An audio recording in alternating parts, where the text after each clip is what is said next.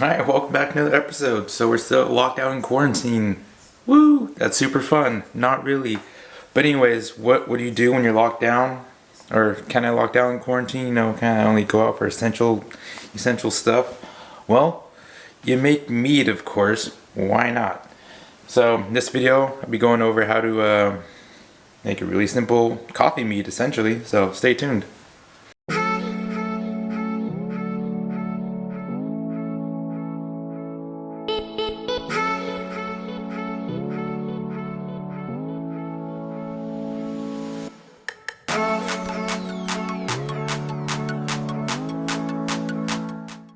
So, for this mead that we're doing, or that I'm doing, it's some more of the honey that I got from Julian Mountains. Did a video that'll be coming out before this one, from Julian cider mill. Got this full one, and then roughly 15 around there ounces of the blueberry and raspberry raw honey. So like I said, I'm going to be making a small batch of mead. So I have 2.5 gallons of oak water that I pasteurize it just in case, because like oak water is essentially just water that's been filled, or that was filling oak barrels to swell them up and then drain. Instead of wasting the water, why not use it? So pasteurize that water, just waiting for it to cool down. So essentially the ingredients are kind of like what I just said. So 2.5 gallons of oak water, pasteurized. Honey, we got 44 ounces of mountain wildflower. Roughly 15 ounces of blueberry and raspberry honey. And then we're actually doing, for the specials, kind of want to make this a little bit more malty, a little bit higher ABV as well. I'm going to do 2 cups of brown sugar, cane sugar, in this. And then going to actually dry bean this, which if you brew beer, which this channel is about, dry hopping, but instead of dry hopping, dry beaning, coffee beans. I'm going to use the Swell coffee, the Tide is High.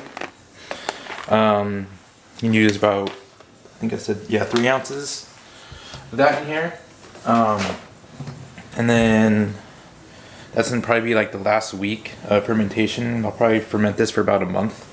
And then for the yeast, we're using a whole lot of leftover yeast from White Labs production, the sweet mead yeast. And also going to be adding a tablespoon of yeast nutrients as well, which is making mead. It's very important to use yeast nutrients for like the first 2 weeks or so.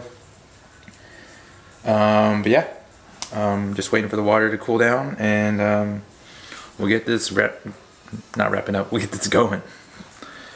Alright, so it's kind of cooled down, or the water's cooled down. It's still at like 100, but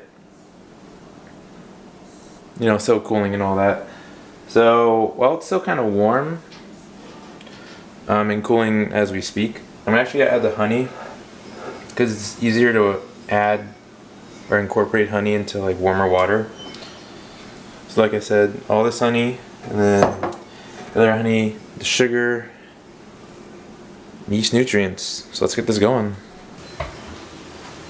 Alright, giant spoon has been sanitized. Alright, let's add the honey. And also, little pro tip, you can reuse these glass jars as God damn it. Damn it! Like I said, you can reuse the glass jars as yeast holders.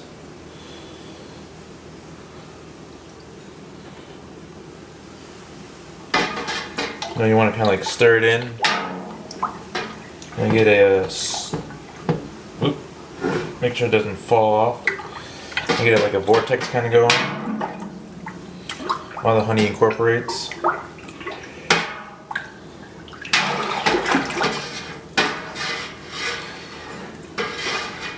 You don't want any honey sitting on the bottom.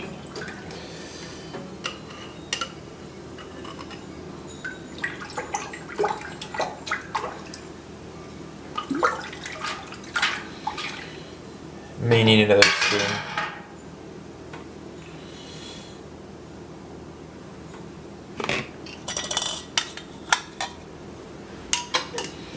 Just gonna let that sit upside down for a couple minutes while I open this one.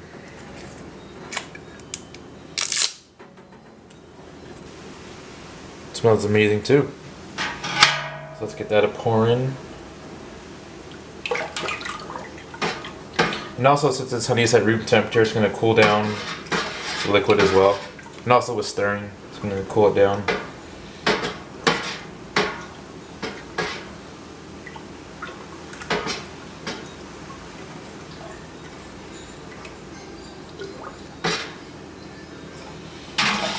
Definitely turn the this oak water darker color. It smells pretty good too.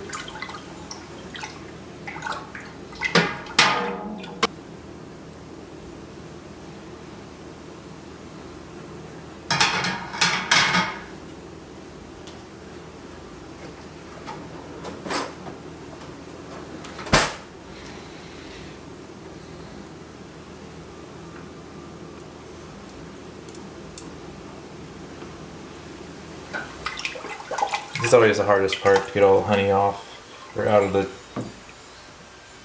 jars. That's why it's easier with warm water.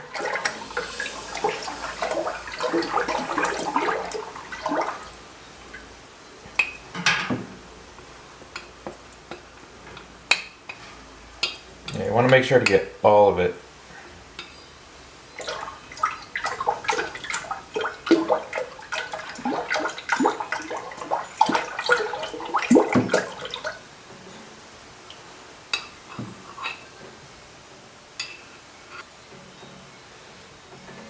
Alright,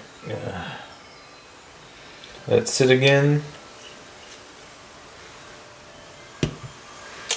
Yeah, I'm just gonna let these sit for another like 10-15. But in the meantime, I'm waiting for the rest of the honey to kind of settle down and I'll do all that stuff. I can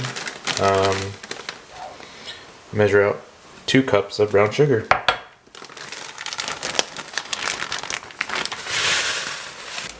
About 2 cups.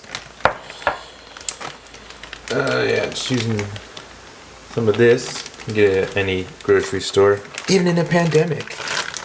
Any grocery store, because sugar is cheap. All right, zip this back up. Don't want ants, you know, because almost has season of ants. Put that away real quick, and then just scoop a doop and add it in. Just like that. Kind of mix it around so it dissolves.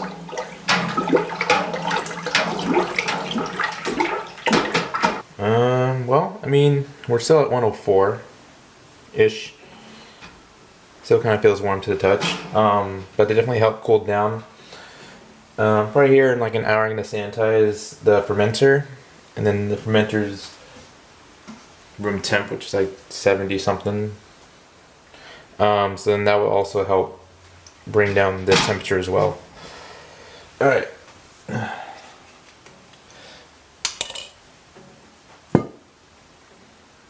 A little bit more honey.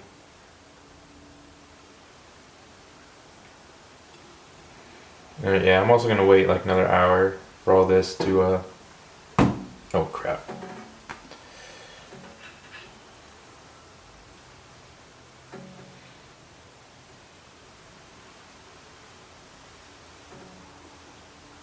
This to do its thing, or for it to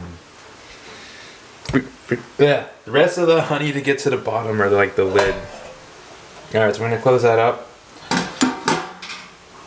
and yeah, just wait. All right, cool. That pretty much concludes the how to make mead on a quarantine time. Homebrew alcohol and stuff. Yeah, so like I said in the video earlier, I'm gonna ferment it for a month. You know, I'm gonna write down the date and all that. And, yeah, so like the last week or so, I'm gonna be dry beaning it.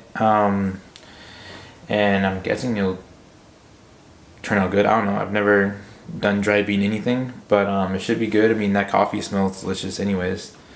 So yeah, I transferred it, all the I guess you'd still call it wort or honey water, over to my fermenter. It's still a little bit warm.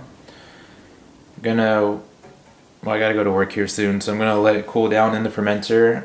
Then when I get home, it'll be at room temp again, or be at room temp. So then I'll be able to pitch yeast.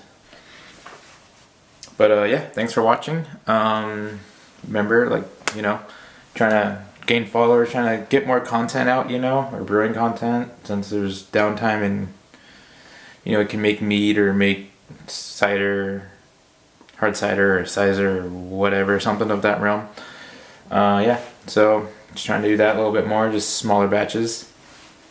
So yeah, I hope you all enjoyed the video. Remember to like and subscribe to the Modern Brew Life channel. And I don't know what I'm gonna do next.